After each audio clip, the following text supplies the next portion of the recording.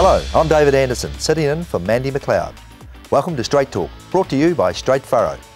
Coming up in this week's show, happy birthday Fonterra.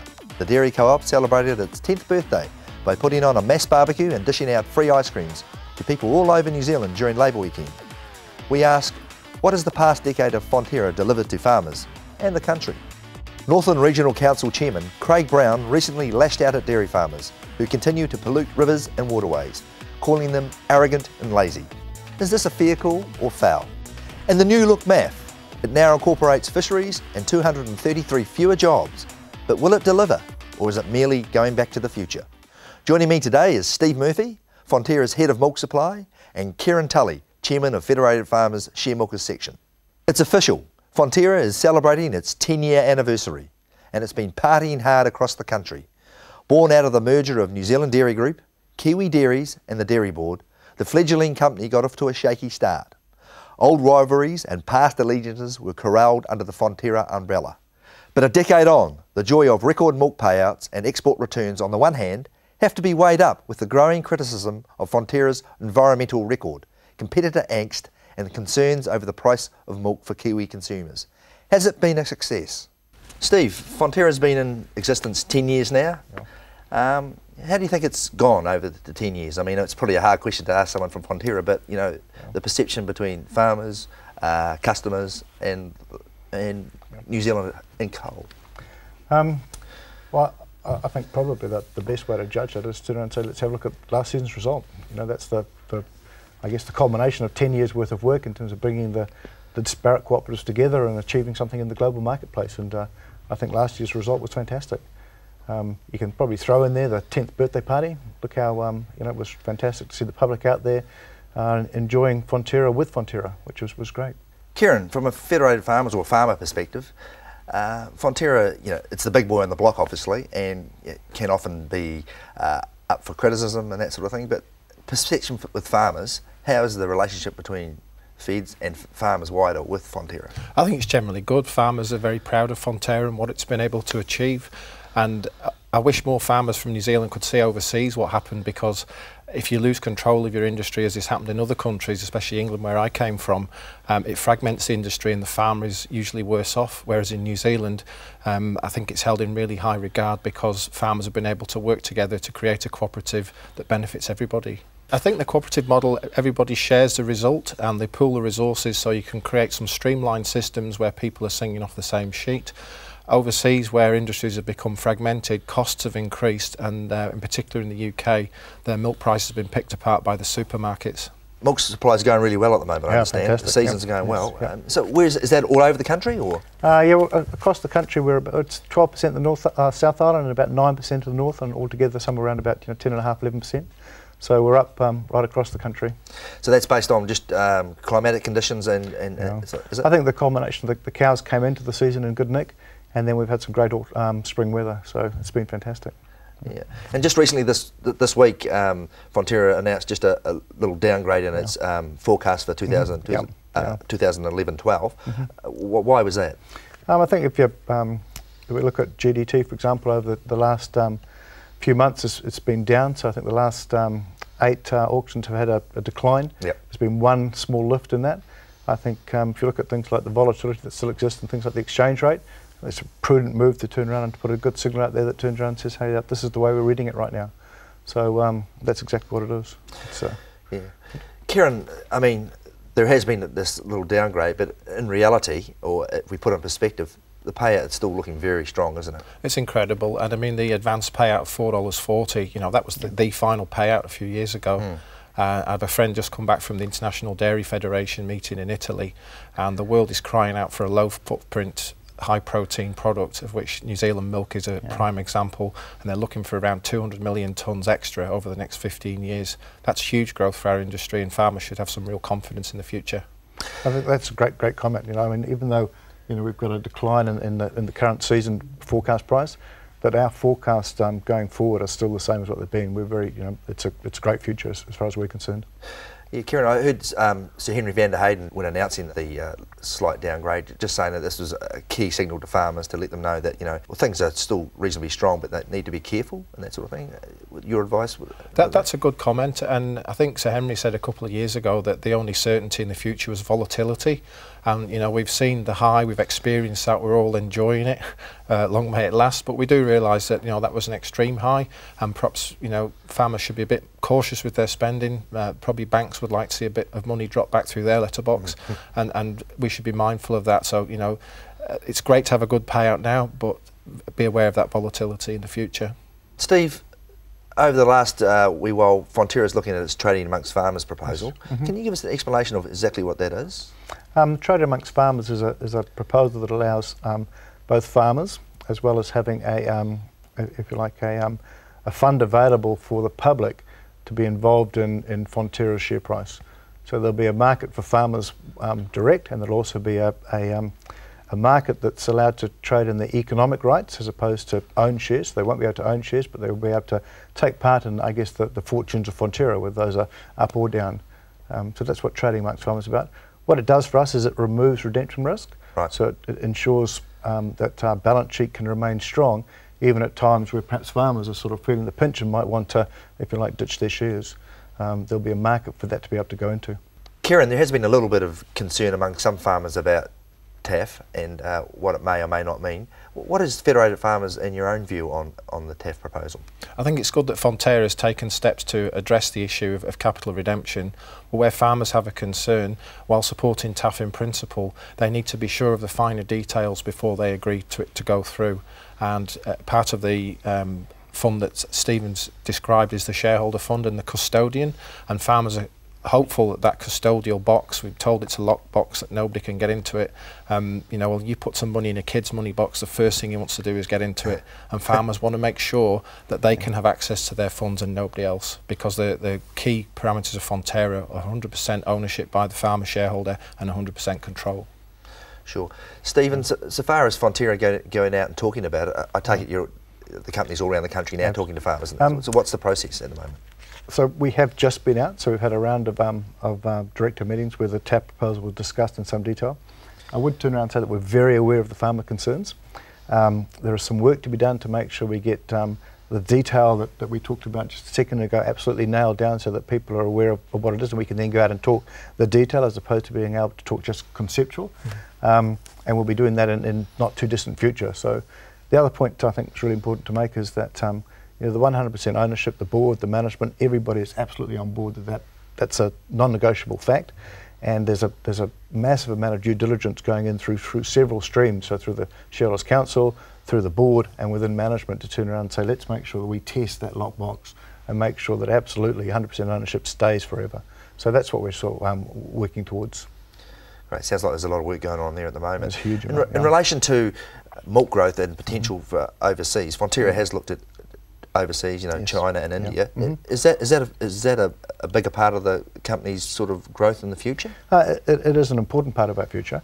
And that's about making sure that customers that we deal with, large customers like, for example, Nestle, absolutely have surety of supply. So to some extent it's risk management, but it's also making sure that they have supply of the sorts of products they want. So for example, good quality fresh milk, taking New Zealand systems and those sorts of, or some of our systems overseas, and making sure they're available to those customers who want to make sure they're getting absolute quality milk, like they get from our New Zealand farmers. So that's a big part of our future here. Great, thanks for that, guys. Coming up after the break, Northern Regional Council Chairman Craig Brown has strongly criticised dairy farmers who regularly pollute waterways in his region. And MAF has been restructured again, but what will the all-new slimmed-down Agriculture and Fisheries Ministry mean to the primary sector? And will it deliver? See you right after the break.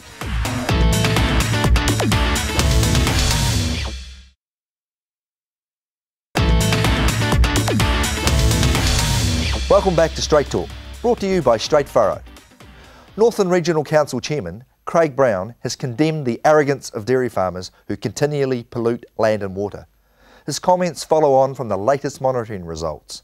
They show a third of Northern's 1,100 dairy farmers are failing to comply with effluent rules. Brown says his comments spring from frustration with poor farmer compliance figures year after year. Steve, are those comments fair enough? I mean, Is there a problem with farmers not meeting compliance? No, I don't think they're fair. I think that they probably are factual in terms of how things are measured. And of course the issue for the farmers is that compliance is 365 days of a year. And unfortunately stuff does happen. So for example, an irrigator pump breaks, an irrigator doesn't get moved for whatever reason, and you end up with a pool of effluent, and that's a problem, and so that's a non-compliance. So understand where they're coming from. The need to be 365 days compliant, but there's just stuff that happens that causes those to be a non-compliance issue. But in the scheme of things, I guess we wouldn't call them significant. Ciaran, in relation to from a federated farmer's point of view, how is the message going out to your members in relation to compliance issues and that sort of stuff? I think we all realise how important it is, and in the recent years compliance has actually improved. And there's a difference between what's a non-compliant, i.e. you rock up on the farm and there's effluent pouring in the drain. That's significant non-compliance.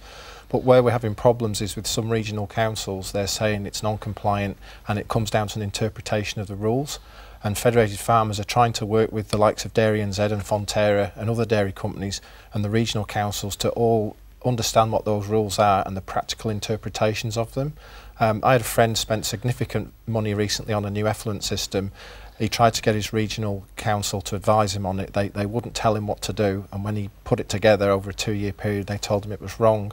And clearly that's not the message we want. We want people coming, you know, Fonterra's Every Farm Every Year is a great initiative to tell farmers what's coming down the track and how they can plan for it, because they're not cheap, these systems. Sure, Steve, so in relation to, what is Fonterra doing to help its farmers to meet these compliance issues?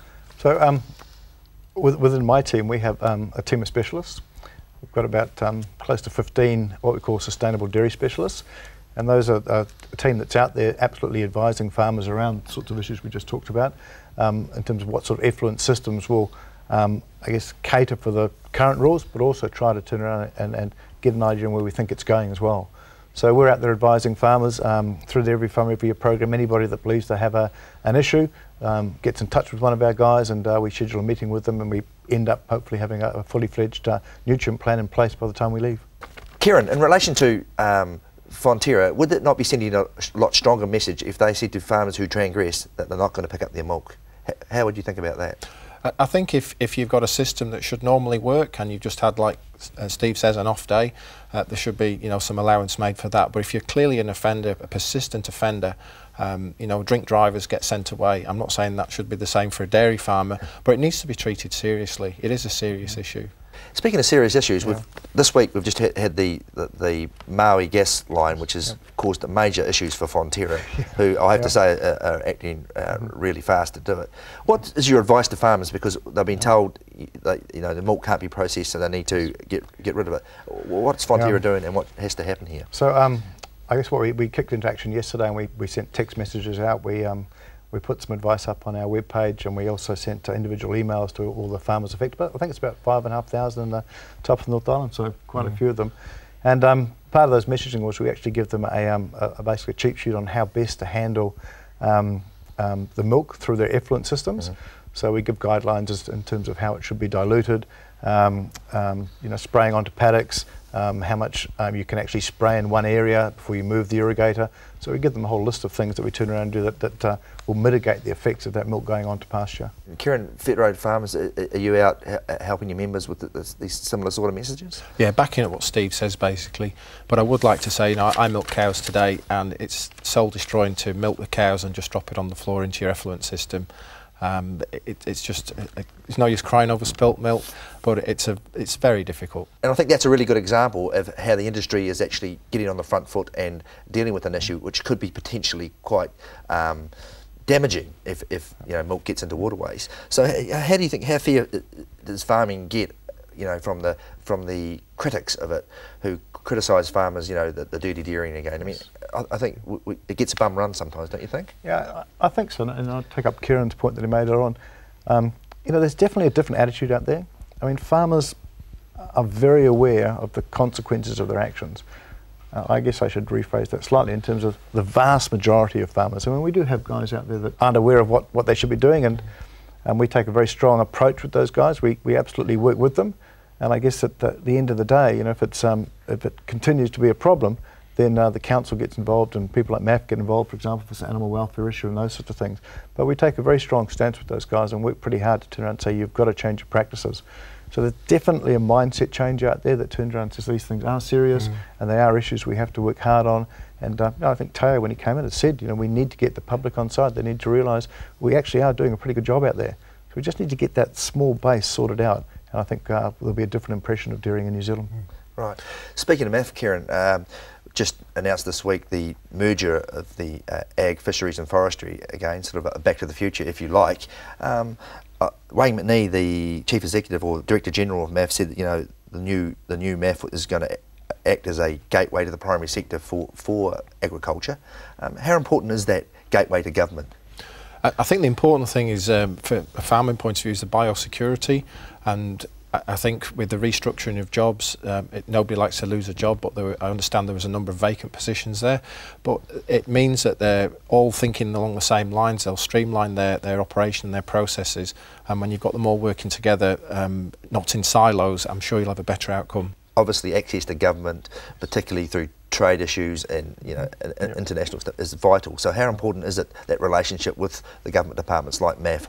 It's really important. And we took a team down to Wellington, I think as early as last week, where we actually sat down with Wayne's team and worked through various issues, like, for example, sustainability and other aspects, trade and those sorts of things together. So we have a great relationship with those guys, and we'll keep working hard with them to achieve a decent outcome. So, Ciaran, in relation to federated farmers, I mean, that's extensively a lobby group of farmers, but of course it needs to have interaction with government and government departments. So how important is that relationship between MAF and Feds?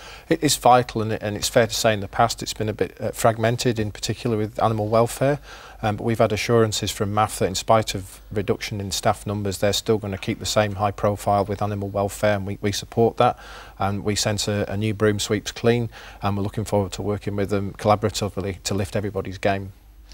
Yeah, I don't know if it shows I'm getting a bit long in the tooth, but I think I remember back in the 90s when ag, fish and forestry were all together, and it seems to happen again. So I'm not too sure if it's back to the future or the future, but it's an interesting concept why they've done this.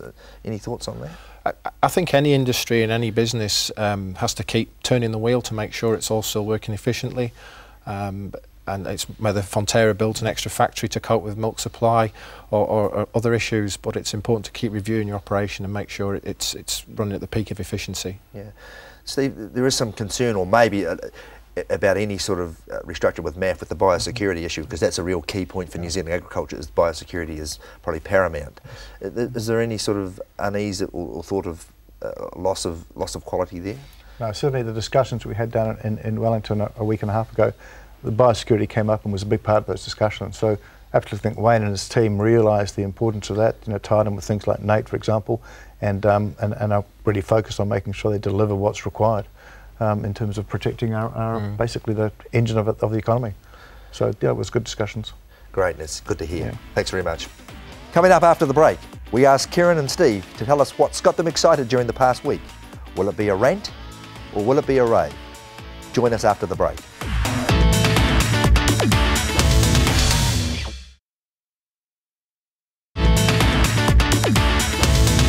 Welcome back to Straight Talk, brought to you by Straight Furrow. Time now for our weekly rant and rave. And Ciaran, what have you got for us? A rant or a rave? I've got both, actually. A rant, first of all. I want to talk about the future of the share milking industry. We produce around 40% of the country's milk, and if you work that in dollars, it's 10% of GDP comes through a share milker's hands. Over recent years, while the volume has stayed the same, the number of positions has dropped, and you have to look at the corporatisation of farms to see those number of positions reduced. And I see the other day in the paper that Landcorp are bidding to have management say over the Crayford farms, the former Crayford farms.